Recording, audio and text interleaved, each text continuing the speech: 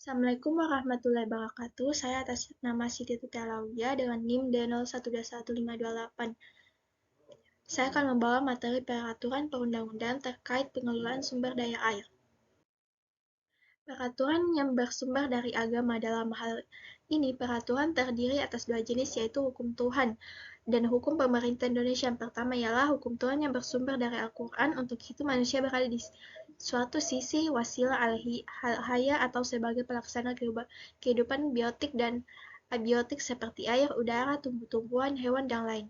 Masyhad al-haya merupakan perintah dan larangan sebagai kelengkapan yang telah diberikan oleh Tuhan Yang Maha Esa kepada manusia dalam rangka mengatur sarana dan prasarana hidup. Dengan adanya barang yang diatur dan menemukan cara mengatur, manusia bisa mengembangkan tatanan kehidupan yang baik atau hayatan thayyiban sesuai yang tertera dalam Al-Quran Surat Luqman ayat 20. Sebagai contoh, gunung adalah kawasan lindungan dengan hutannya. Penyangganya adalah peri-peri di pinggir hutan itu. Kemudian kawasan budidaya adalah daerah bagian bawah yang digunakan untuk perkebunan dan pertanian. Selanjutnya dalam pasal 5 ayat 1 Undang-Undang Nomor 23 Tahun 1997 tentang pengelolaan lingkungan hidup dinyatakan bahwa setiap orang mempunyai hak atas lingkungan yang baik dan sehat. Undang-Undang Nomor 23 Tahun 1997 tentang pengelolaan lingkup hidup menyebutkan bahwa setiap orang berkewajiban memelihara kawasan lingkungan hidup serta mencegah dan menanggulangi pencemaran dan kerusakan lingkungan hidup.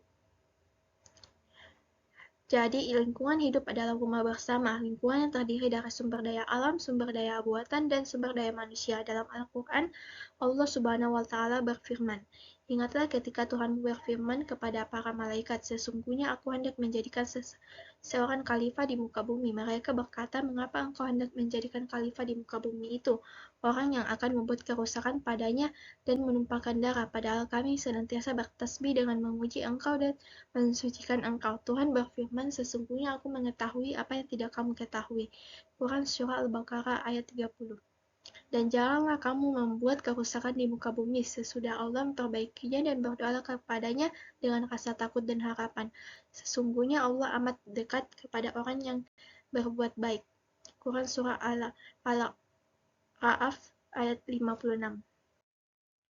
Berikutnya, gambar 3.1 merupakan suatu ilustrasi tentang kawasan lindung yang dalam agama Islam disebut hima atau harim. Peraturan Pemerintah Nomor 47 Tahun 97 tentang Perencanaan Tata Ruang Wilayah Nasional Pasal 6 ayat 2 menyebutkan bahwa untuk memelihara dan mewujudkan kelestarian fungsi lingkup hidup dan mencegah timbulnya kerusakan lingkungan hidup, dilakukan penetapan dan perlindungan terhadap kawasan lindung. Undang-Undang Nomor 24 Tahun 92 tentang penetapan Pasal 7 ayat 1 menyatakan bahwa penataan ruang berdasar fungsi hatan kawasan meliputi kawasan lindung dan kawasan budidaya. Pada gambar 3.2 menunjukkan sesuatu kawasan yang sangat bagus di Sumatera Selatan. Pada gambar tersebut tampak kawasan lindungan, yaitu gunung dan hutan sebagai kawasan penyangga perubahan antara hutan dan persawahan. Hal ini bertujuan agar pembangunan jalan tidak terlalu berimpit dengan sungai, tetapi diberi jarak sesuai aturan sepadan sungai 50-100 meter. Untuk sungai besar di luar perkotaan hingga sungai mempunyai kawasan lindung, yaitu hutan sempadan di pinggir kanan dan kiri sungai.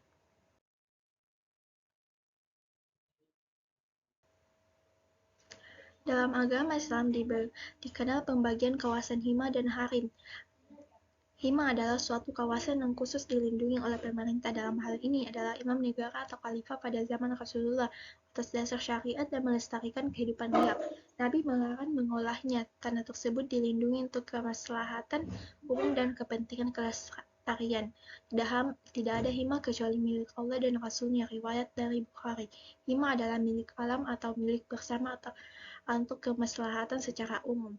Nabi pernah mendaki sebuah gunung di Nakhi sekitar Madinah dan bersabda, "Ini adalah aku lindungi," sambil memberi syarat ke lembah luas yang dilindungi sekitar 2049 hektar.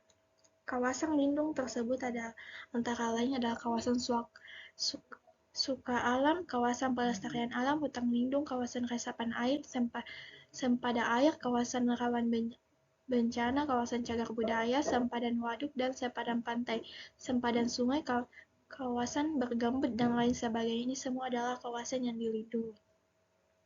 Artinya, masyarakat tidak berhak untuk memiliki secara pribadi karena ditunjukkan untuk kemaslahatan secara luas. Kawasan harus menyediakan ruangan yang cukup untuk mempertahankan dan melindungi air dari pencemaran, penyediaan tempat khusus untuk peristirahatan binatang ternak, serta lahan yang cukup untuk pengairan atau irigasi sawah dan kebun. 2. Peraturan yang bersumber dari negara. Pada Undang-Undang Nomor 23 Tahun 1997, pengelolaan lingkungan hidup diartikan sebagai suatu kesatuan kehidupan atau tempat tinggal bersama dan tempat beraktivitas yang terdiri atas sumber daya alam, sumber daya buatan, dan sumber daya manusia berdasarkan Undang-Undang Nomor 23 Tahun 2007. Lingkungan hidup harus dijaga keseimbangan oleh manusia dengan sebaik-baiknya.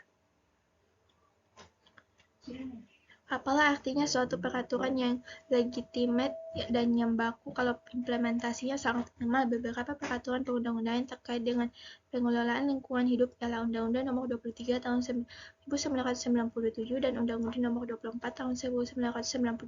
Sebagai contoh, daerah sempadan sungai diatur dalam Perundang-undangan Nomor 38 Tahun 2011, Undang-Undang Nomor 41 Tahun 1999.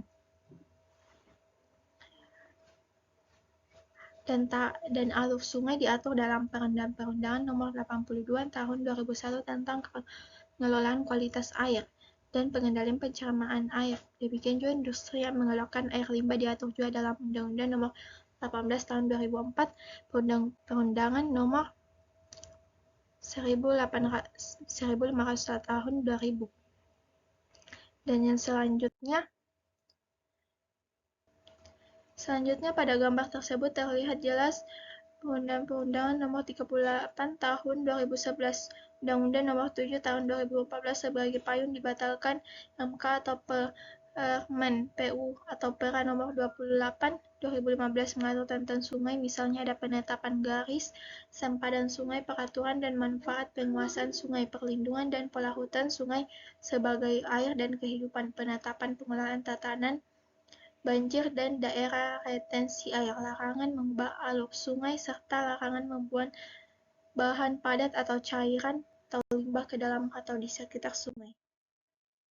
Daftar kawasan lindung. Daftar kawasan lindung yang tercantum dalam Undang-Undang Nomor 1992 tentang penataan ruang fasa 7 ayat 1. Perundang-Perundangan 47 1997 tentang Rencana Tata Ruang Wilayah Nasional Pasal 10 ayat 1 sampai 8, Kepres 32 1990 tentang pengelolaan kawasan lindung Pasal 3 sampai 6. Selanjutnya itu kriteria kawasan hutan lindung. Kriteria kawasan hutan lindung sesuai dengan Kepres 32 1990 tentang pengelolaan kawasan lindung Pasal 8, kawasan hutan yang mempunyai lereng lapangan melebihi 40% atau lebih.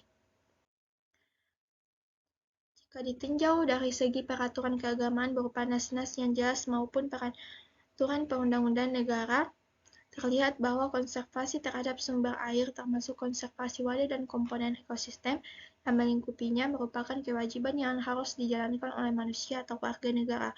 Penanganan sumber daya air sebenarnya secara hukum sudah direformasi melalui peraturan-peraturan yang ada, permasalahannya dalam implementasinya di lapangan tidak. Jadi karena secara filosofis masyarakat luas belum mengetahui, memahami, dan belum ada kemauan untuk menjalankan secara benar. Yang ketiga itu, dan yang terakhir, reformasi konsep pengelolaan sumber daya air. Reformasi sumber daya air dilakukan pada 12 bidang, yang selanjutnya akan dibahas secara mendalam pada bab berikutnya. Ke-12 reformasi sumber daya tersebut adalah sebagai berikut. Pertama itu, reformasi konsep pengelolaan daerah aliran sungai. Yang kedua, reformasi konsep pengelolaan sungai.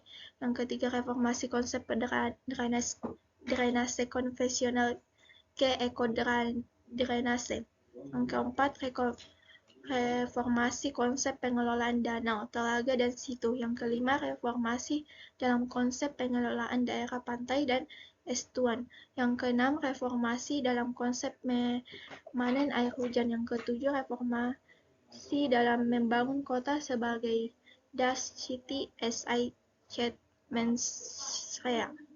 Yang ke-8, reformasi dalam menuju konsep Nawagadra dan budaya paham air. Yang ke-9, reformasi dalam mengembalikan kualitas air, pencemaran sampah dan limbah pada air sungai. Yang 10, reformasi dalam pemahaman keterkaitan gempa bumi, longsor, dan banjir. Yang ke-11, reformasi dalam penanganan perubahan iklim. Yang ke-12, reformasi dalam pemanfaatan energi dari sumber daya air. Yang ke-13, reformasi dalam pengembangan irigasi modern. Sekian materi yang saya sampaikan. Assalamualaikum warahmatullahi wabarakatuh.